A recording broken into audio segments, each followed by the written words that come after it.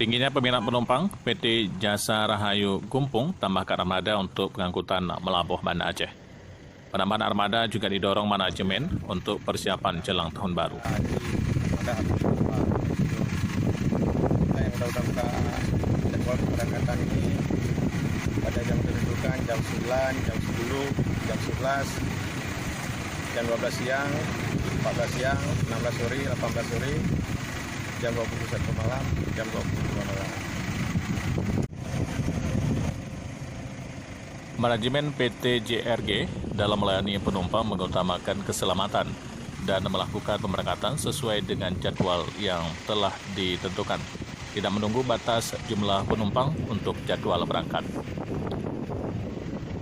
JRG juga menggunakan tenaga pengemudi profesional dan berkompeten untuk menjaga keselamatan penumpang di perjalanan.